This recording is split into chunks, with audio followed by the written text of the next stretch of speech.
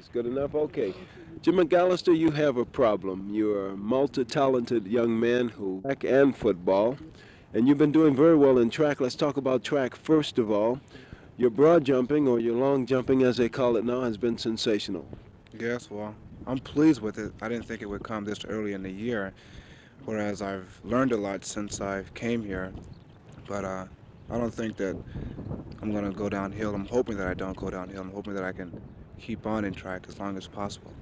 Since coming here, what are some of the things that you've learned about long jumping?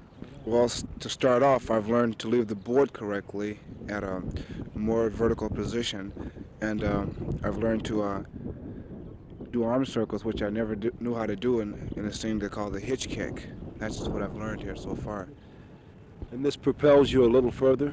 Yes, it gets your hips at a right angle, and it keeps your momentum going forward, and it keeps you in good form. Whereas if you're not in good form, you you'll come down before your jump is through, and you put your legs down. Whereas with this hitch kick and everything, you will go through your whole jump and follow through the whole procedures. Now, you told me that you really concentrate on your first jump, and it's usually your best jump. Is there any particular new that you have advanced as quickly as you have in the long jump? That's true, and it's all due to coaching. Because of it, Coach Delez has taught me so much out there on the track. It's unbelievable. There's things I never dreamed of learning, and I think it's all in coaching and conditioning out on the track all day. Now, in track, you have a big challenge coming up this weekend. Tell me a little bit. If Hines gets off a better jump than you the first jump, and you have to come from behind, which you aren't used to.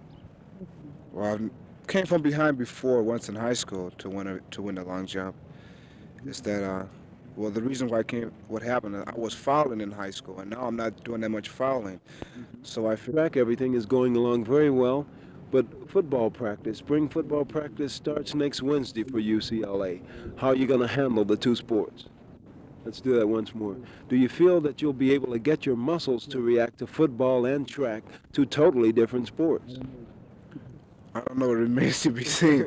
I've never done it before. This is my first time, so I'll just have to try it and see what happens. You were an outstanding football player at Blair High School in Pasadena, and also an outstanding track football. You're going to be, which I will predict, one of the most outstanding running backs in the country. Now, I know this is putting pressure on you, but how do you feel about going into varsity competition? Well, it's like when Coach Protho was here. He told us that we haven't played football yet, and I kind of believe it because in the freshman games I got binged around a little bit harder than I've ever been hit in my life.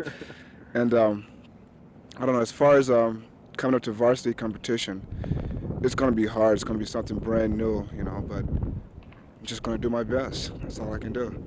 How do you feel that you'll stack up against the competition? I'm sure you have made some personal assessment of your abilities. Well, I think the competition here is really tough. Well, we have something like 8 or 9 running backs that are all very good. The 4 on the freshman team, and plus the ones that are coming back from last year's team. So, in order to get a position, everybody is out there going to have to do a lot of running, a lot of hustling to get that position. I understand spring football is for 20 days. Yes, I'm quite sure it's 20 days. I think it's 4 straight weeks or 2 weeks with 1 week break and then back for 2 more weeks. You have a new coach in Pepper Rogers. Have you met with him, and what type of guy is he?